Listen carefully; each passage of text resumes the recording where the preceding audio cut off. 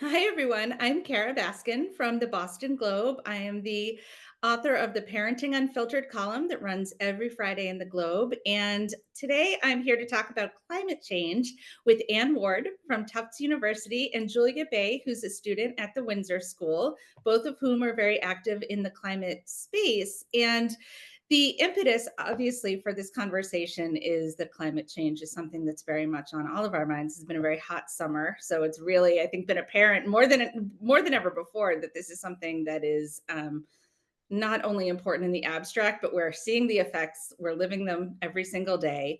And a recent poll from the Boston Museum of Science found that 72% of Generation Alpha, your generation, Julia, is committed to confronting this problem and wants to have careers that are going to make some sort of environmental impact, which is great to hear because clearly we need some help. So Anne and Julia, I'd love for both of you to introduce yourselves and why this is a topic that matters so much to you. Anne, we'll start with you and then Julia, and then we'll talk. We'll talk about what we can do.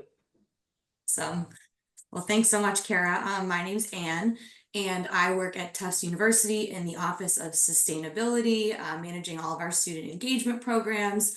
I am also a recent grad of Brandeis University, where I finished up my PhD in sociology, with my research focus actually being on the way young people process emotions about climate change, specifically focused on young climate activists and the way they navigate and negotiate all the ways they're feeling about climate change. So it's kind of a mix. I get to do that work with students in the day to day, actually help students and support students in their development as leaders, as climate leaders, and also was able to do a little bit of research on that as well to sort of marry the practice and the theory. So that's where I come from. I have been, invested, engaged in climate since I was a little kid as well. So sort of that whole arc. And I'm just really excited to be here today, hear from Julia and yourself. Thank you. Hi, Julia. Hi, thank you so much for having me. I'm Julia. I'm a student at the Windsor School. I'm also involved with some climate-oriented organizations in the Boston area. So I'm a leader of Spring Forward Climate, which is a group of all youth high school students, and we aim at providing workshops and lessons regarding climate change for younger students. And alongside that, I also am a member of the Massachusetts Youth Climate Coalition, which similarly is a bunch of youth from across the state. We work a lot on climate legislation and advocacy, especially for climate justice oriented bills. And I think for me, I first learned about climate change in my fifth grade science class.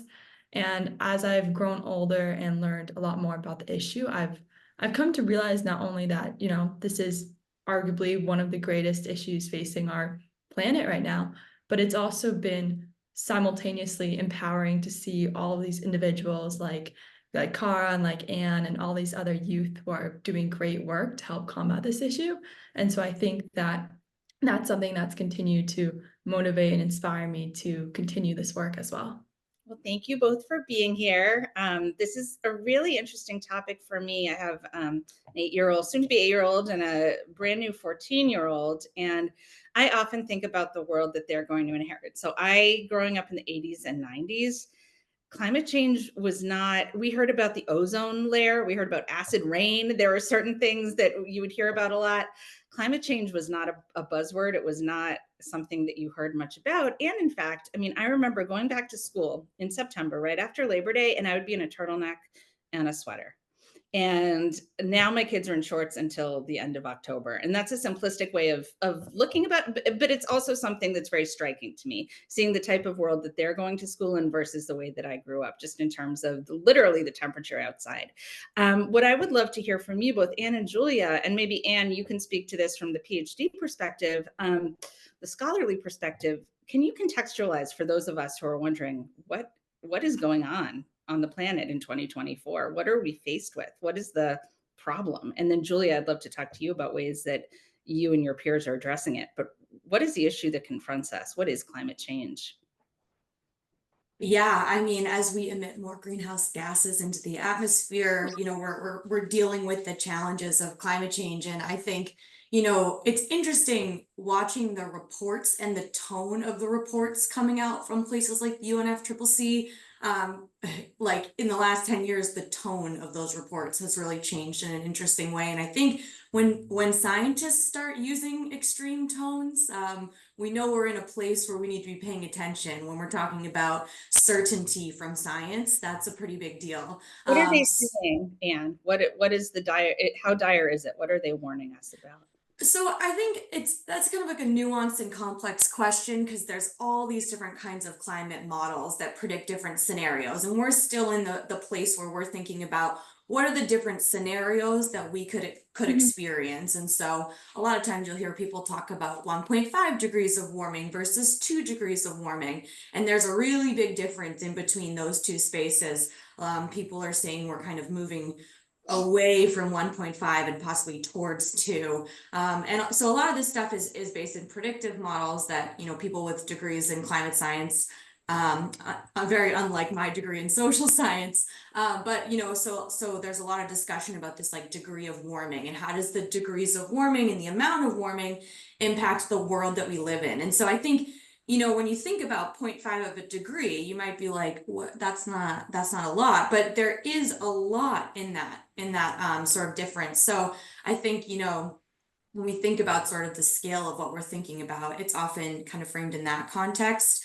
But, and where I think we sort of can think about the future in a bunch of different ways, this whole idea of scenarios and models, we're not set in a path. There's not a definitive, this is where we're headed. And I think, a lot of the young people I talk to, and, people who are my age and are also going to have to sort of deal with this as we move through the world, are starting to think, these are scenarios. How do we deal with these scenarios to try to keep us towards that 1.5 instead of towards the 2-degree warming? So that's kind of like the context that a lot of scientists are talking about what we're dealing with. And I think that that's a way to kind of think about like, what is the scope and what are we trying to stop? And really it's like warming and emission of carbon. So let's be really explicit about it. When we think about warming, what does that look like on our planet in 25, 50, 100 years? So is it that like sea levels are rising? Is it that the world is less habitable for certain species of animal? What are the stakes when we think about climate change? I think that's a great question. And I think, there are a lot of different ways you can answer that question. And again, we're still sort of figuring out exactly how this is all going to play out and how this is going to shape out. But I think there's a lot of different ways that that climate's going to impact the world we live in. So I study people and the way people interact. There's going to be a lot of ways in which a changing climate affects how we as people interact. Think about the movement of people as the landscape changes, as our ability to live in certain places changes. Think about the ways in which we engage with our neighbors. There are going to be a lot of different impacts on people that have really material consequences. So I think there's kind of this whole litany of ways of thinking about impact. People that study animals are thinking about the ways in which climate change will impact animals, migration patterns, where they can be, where they can eat, where they can breed.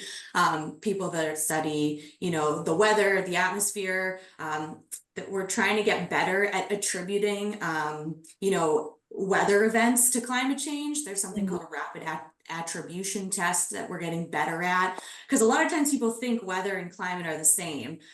They're not actually the same. They're connected, and weather helps us understand a changing climate.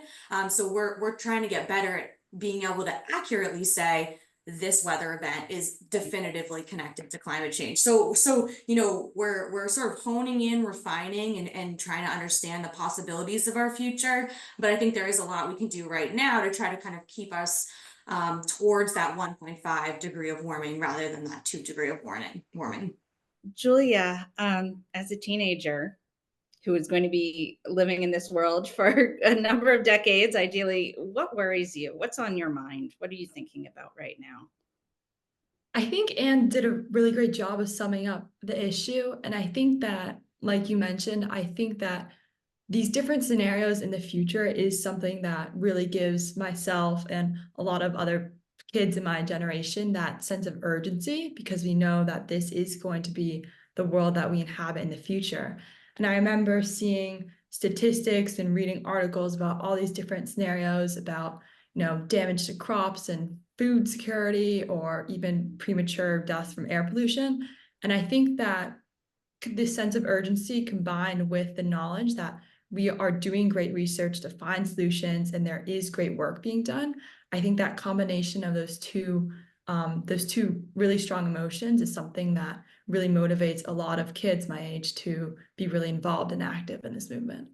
How do you think about this as something urgent that affects your daily life? Because I do know that often when I talk to parents or families about this issue, it's something that feels very scary, very vast, but also very abstract, as in, what can I do when I walk out the door every day to help confront this? It almost sometimes feels inevitable. So, for you, I mean, how does it manifest in your daily life? What makes you think about climate change as something that directly impacts you? And the second part of the question is, what are some things that you do on a daily basis or in your, regular daily life, not necessarily every day, but as part of your life to confront it? How does it actually impact you on a daily level? That's a great question. I think that especially more and more as the year progresses, like you mentioned earlier, everyone, myself, my friends, we really are seeing the stories and feeling the impacts ourselves of climate change. So even with the heat waves, or I have cousins my age in California with the smoke from the wildfires. And so I think we really are feeling the very tangible impacts of this issue. And I think that being said, this is something that can at times feel like it's on a very global scale. It can Right. feel very What can I overwhelming. do? And I Yeah. think that climate anxiety, especially among youth, is a very real issue.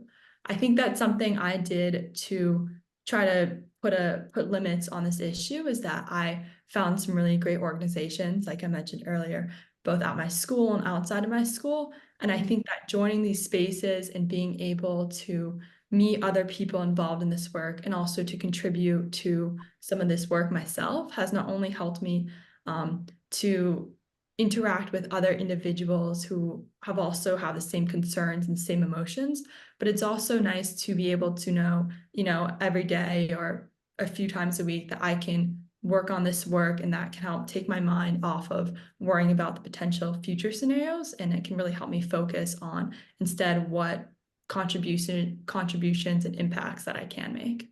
So, what are you doing? Can you just walk? Because I'm sure that some parents are watching this who might have kids, or maybe kids are watching this who want to get involved the way you do. So, what does your work entail? How do you help?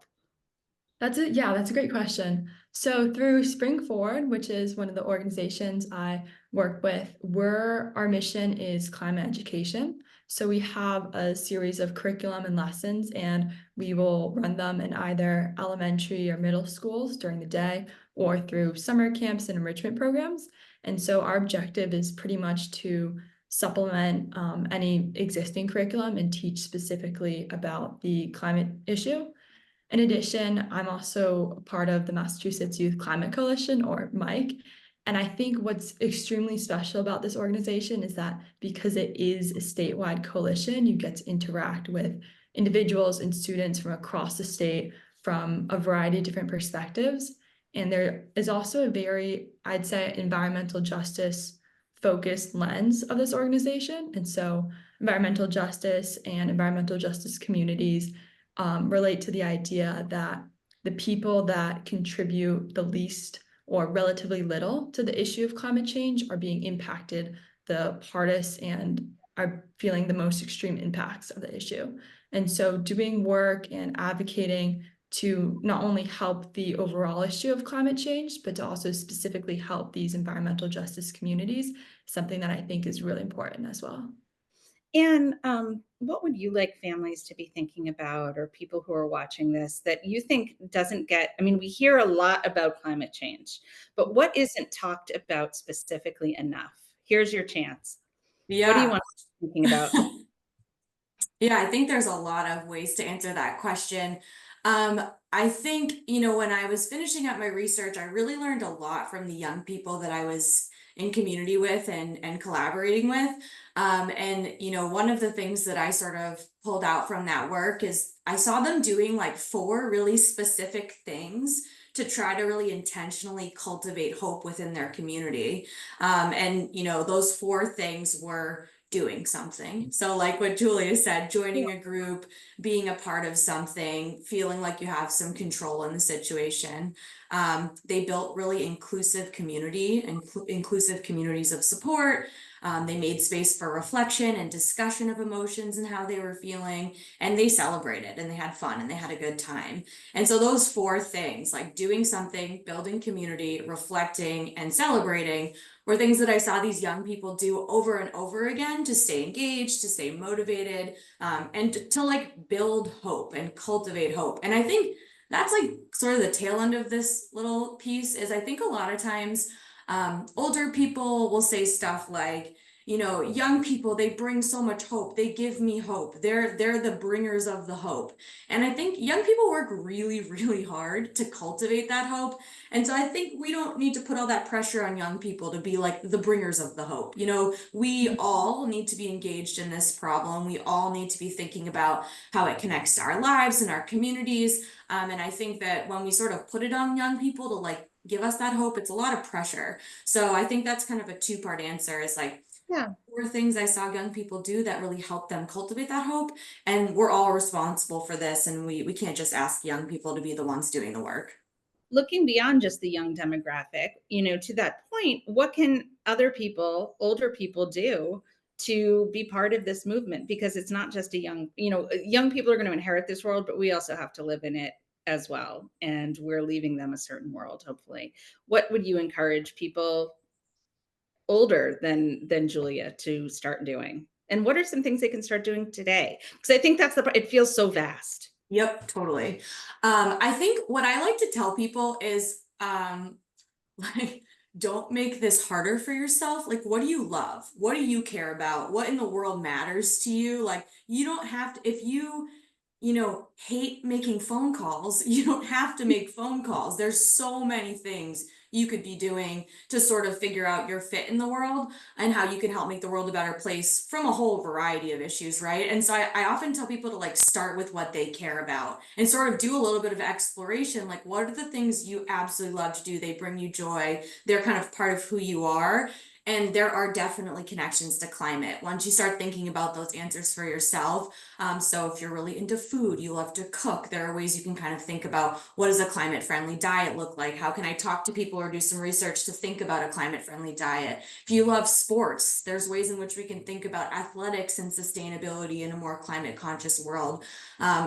It's sort of like anything in the world you like, there's ways to connect it to climate. And so I think I like to say, like, rather than pushing the boulder up the hill, which we are going to have to do, this is a big boulder.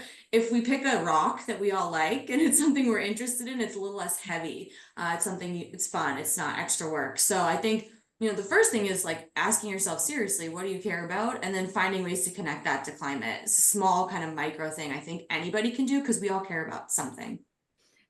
That's a great point. And it's sort of like a mindset shift. It's not necessarily a to-do list. It's sort of just thinking about ways that you can be more climate friendly in the life that you already are living, which feels a little bit more manageable. And to that point, Julia, thinking about, you have a lot of time ahead of you, you have college and career, and the poll was about younger people thinking about environmentally impactful careers. I mean, how has the climate change scenario affected the way you think about your future in terms of not just, how healthy the world will be, but what you plan to do in terms of volunteering or in terms of college or career? You're young, you don't have to have all the answers, but, has it changed your trajectory when you think about what you want to do in the years to come at all? Honestly, it really has. And I think that because this is just such a large issue, and I think I definitely want to do something relevant in this sphere. But I think adding on to what Anne said, there are so many different fields within that can contribute to this broader, umbrella of climate change. So I think for myself personally, I used to think when I was much younger that if I wanted to be in a career that was environmentally oriented, that meant I would either be, on a boat in the ocean, or I'd be looking at soil samples all day. And while those definitely are jobs that exist, I think I've been able to realize that policy research, implementing climate policy, or even on the more technological side, developing renewable energy technologies, making nuclear energy production sites. I think there are so many different fields and disciplines, and they're all very necessary to combat this issue. And so I think that although there are a lot of different things I'm interested in, I kind of have this knowledge that I can take my interests, whether it's economics or policy or math and science, and there will be a field that I can work in that will still contribute to this movement. One question that I think people might wonder about for your generation, Generation Alpha, is where do you consume and how do you consume your news? So, where are you hearing about climate change? Where are you getting your information from? Because I think that people a generation or two ahead might not totally be plugged in to where you're actually finding your information and what is influencing your viewpoint. So, could you give us a lens into actually how you're consuming media and the news? I definitely think that with the rise of social media, so Instagram, TikTok, I think that there are a lot more, or I've noticed that there are a lot of more media sites such as Boston Globe or the New York Times or the Wall Street Journal that are making accounts on these platforms. And I think that's really helpful because once in addition to the academia side, the scholarly articles, I think it's really great for these platforms to be able to still reach these younger audiences because I think that although we're getting the same news, the same research, and the same stories, finding it being able to find it through these social media channels is something that I think a lot of people in my generation are doing. Are there climate influencers or climate change There people? are actually. Yeah, I've definitely seen some, and I think that it's a double-edged sword because yeah, with the rise sure, of social media, there are, some sites and accounts that are not necessarily promoting factual science, but at right. the same time, it's a really amazing way to share stories and to share work and to ask questions and engage with others. And so I think that even for instance, Greta Thunberg, she has a massive Instagram following. And so she's able to reach all of these people from across the world and inspire them, which I think is really great. Julia, there's so much going on in the world right now, and Anne too. I mean, it's not just a question for Julia, but in 2024, we are confronted with a lot of different high stakes issues that compete for our attention, right? And so, how do we keep optimistic or hopeful in a world where we feel like there's a lot going on that is beyond our control, perhaps, with a lot of high stakes problems? And I guess that's a question to both of you. I mean, how do we stay focused and optimistic or at least empowered? Whoever wants to take that on. I know that that's definitely a really important. I think optimism and hope is very important to maintain, and that's also something that I've struggled with. But I think that just remembering that even minor contributions or even the smallest things will still help.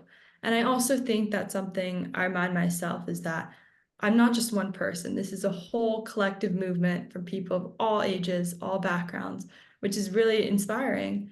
And at the same time, I have to also remind myself that there are solutions out there that already exist and that are continuing to be developed.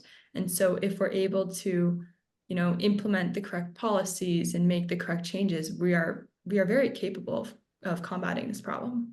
Are there certain tools that you recommend, either Julia or Anne, that people can actually measure their impact? I know that MIT has a model where you can see sort of how climate change might impact the world over time. But are there ways that we can actually see how our behavior can actually influence the world beyond just having hope and optimism, which are important too? But where could we actually see it play out? Are there models for this? I think the one you're talking about, Kara, is Project Drawdown, which is really cool way to sort of see like how exactly the different things we do would impact our greenhouse gas emissions. Like you can see like planting a ton of trees actually in the big long scheme of things, especially new trees, has a kind of a lesser impact than some of the other changes we can make, like around the way you produce steel, for example, which is small Hmm. and specific, but like it sort of allows you to see like where are the impacts of changes that we can make. So that's one tool. One thing that I use a lot in my classes, in my life, I really like the resource GRIST. It's really solutions oriented. And Julia, you talked about solutions, I think, using that as a place to kind of go to see news about climate solutions. And they have a list of 50 people every year who are like people doing really cool stuff in the world about climate, particularly climate justice. And so I often tell people like, go peruse the list and see like who's doing stuff that you think is cool and like how can you get there. So there are people that are climate influencers like Leah Thomas. There are people that are doing stuff around food and policy and energy. So I like just using that list as a tool of like envisioning what the world could look like and how you could play, you know, your part, whatever that might be. I think the other thing to say is I also think it's okay if sometimes you feel overwhelmed. I feel like there's a lot of pressure to like, we must have hope, we must feel good, we must like move to that space. And I think super important, hope, optimism, really critical, but it's also okay for people, young people, any people to sometimes feel overwhelmed by this. And I think like naming that's not that's a pretty normal response to kind of what's going on in our world right now. And finding ways to sort of validate those feelings while moving towards a place of action was really critical to the young people I worked with. You know, they didn't want to be told everything was okay. In Yeah. fact, they kind of knew it was a little bit crazy. But in doing stuff with other people, with people who care, with people who are interested, who want to make the world a better place, they are able to feel a little bit more hopeful. So I think it's that push and pull. Like, I don't want anyone to feel like they have to always feel hopeful about this. But I think there are ways we can cultivate hope together, specifically by finding our fit in the climate space. This is one of my final questions, and this is just sort of in an ideal world, Anne and Julia, if you could enact some policy measures in terms of climate change, like 2 or 3 things that you would love to see happen, either nationally or internationally, what would you love to see enacted? What would you love to have happen that could really make a big impact? That's a really, really good In question. a dream world, it doesn't have to even be real. I mean, realistic is great, but ideally, what has to happen? I think like equitable electrification really has to happen. So like how do we electrify and as a result decarbonize, but do it in a way that's equitable and make sure we're not missing out on communities who need that resource is like a big scale thing. Um, I don't know, Julia, I want to think about this. I feel like there are a lot of little, like for me, climate is about community. I think a lot about like kind of the small scale That's local fine too. community stuff. You So do on a municipal level. yeah, yeah, in the city. Yeah. I think I can jump in while you think a little more. I'd say, and this is something I was able to dive really deeply into last summer through part of my work with MIT's Climate Action Through Education, or CATE initiative, which is doing amazing work. But I'm also very interested in economics. And so I think carbon pricing, not necessarily a carbon tax, but some form of carbon pricing that adjusts for geography and urban settings of households, that was the solution that some of the MIT research has shown that would not only help, cap and incentivize these large corporations to reduce their carbon emissions, but by making the adjustments for geography and for location, we're also able to make that policy very progressive and helping those communities and those individuals who need more support. And any other small scale, local level stuff? Yeah, I think, you know, thinking about like what we can do on a small scale, I do think it's really important to kind of make space for these conversations about climate for all different folks. Yeah. There's an organization called Climate Cafe, and they really like, get people talking about climate change, and I think on like that smaller level, you know, having conversations about it can be challenging. I think there's actually a lot of research that shows many people avoid climate change as a problem because it's actually painful to think about. So a lot of people sort of blinders up, don't want to really think that much about it. And so finding ways to do that in a way that feels good, and feels communal, I think is really important. And so kind of creating more spaces for climate community, building more spaces for people to be together, work together intergenerationally across this issue is really important and critical. And I think, yeah, the more I think about the problem of climate change, the more I really get stuck on this idea of building community as being really critical to helping to solve this problem. Before I let each of you go, in closing, if someone could do, people watching could do one thing starting tomorrow to make an effort toward making the world more safe to live in the years to come, in terms of climate change, what would you say?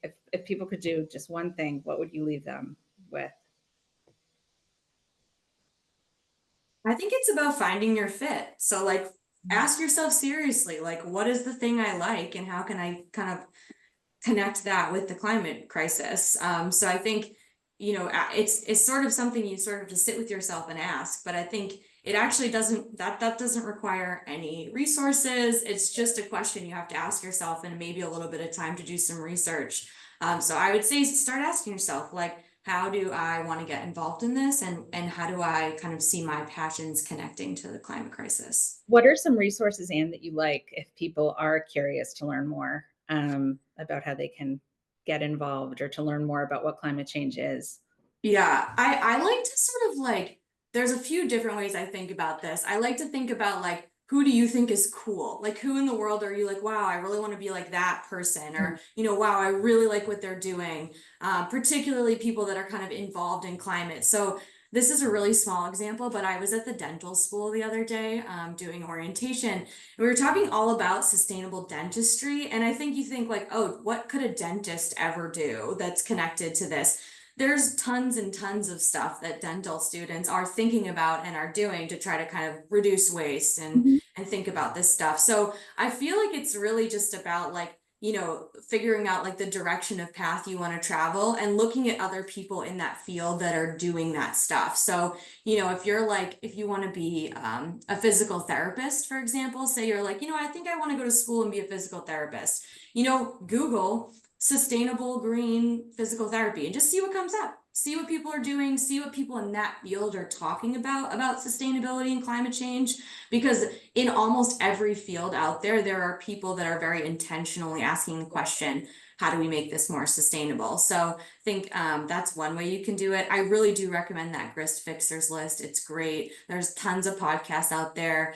I used to really like How to Save a Planet. I'm not sure if that's still live, but that's a great one to just hear, like, who are the humans in the world trying to make the world a better place and doing it in a really thoughtful way. So I like to find climate role models and sort of say, okay, this is a person I really admire. How did they get to here? And how can I sort of start to build myself in that direction? Julia, what about you? Any takeaways for people watching today that they can begin doing sooner rather than later?